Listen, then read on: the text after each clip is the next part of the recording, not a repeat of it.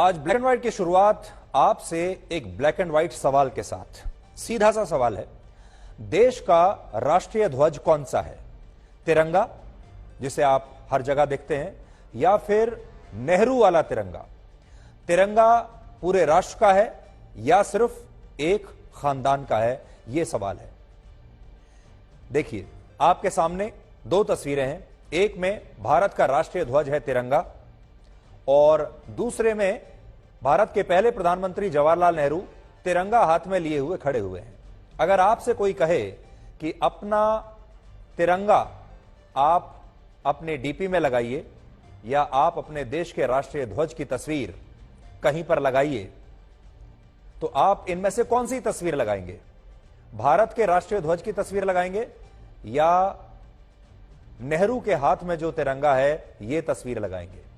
इन तस्वीरों में एक तरफ आप भारत के प्रधानमंत्री, अब आपको दूसरी तस्वीर दिखाते हैं। देखिए, इन तस्वीरों में एक तरफ आप भारत के प्रधानमंत्री नरेंद्र मोदी के सोशल मीडिया अकाउंट का डीपी देख रहे हैं, जिसमें उन्होंने अपनी तस्वीर हटाकर अब भारत के तिरंगे की तस्वीर लगा दी है, और इसमें एक बिल्कुल सिंपल तस्वीर है भारत के तिरंगे की। और दूसरी तरफ देखिए, कांग्रेस के नेता राहुल गांधी और प्रियंका गांधी वाड्रा के सोशल मीडिया अकाउंट का यह डिस्प्ले पिक्चर है जो आपको दिखाई दे रहा है। दूसरी तरफ उन्होंने भी तिरंगा लगाने की कोशिश की, लेकिन उन्होंने तिरंगे की जगह वो तस्वीर लगाई जिसमें जवाहरलाल नेहरू अपने हाथ में तिरंगा लेकर खड़े हुए हैं। यानी ये दो विचारधाराओं के दो अलग अलग पार्टियों के नेता हैं। तिरंगे को लेकर उन दोनों की क्या सोच है, ये दो तस्वीरें आज आपको बताती हैं। हमारे देश के राष्ट्रीय ध्वज को लेकर दो बड़े नेता जो विरोधी पार्टियों में आते हैं, उनकी क्या सोच है, ये दो तस्वीरें आपको बताती हैं। और भारत का तिरंगा इन दो नेताओं को दूर से कैसा दिखता है, ये दो तस्वीरें आपको बता रही हैं। राहुल गांधी को तिरंगा ऐसा दिखता है जिसमें जवाहरलाल नेहरू तिरंगे को हाथ में लेकर खड़े हैं, राष्ट्रीय ध्वज को, और नरेंद्र मोदी को तिरंगा वैसा ही दिखता है जैसा उन्होंने अपनी डीपी में लगाया है, जो आपने अभी देखा। अब आप ही बताइए, हमारा राष्ट्र ध्वज इन दोनों में से कौन सा है? ये जो प्रधानमंत्री मोदी ने लगाया है वो तिरंगा है, या फिर वो तिरंगा जिसे जवाहरलाल नेहरू ने अपने हाथों में पकड़कर रखा है?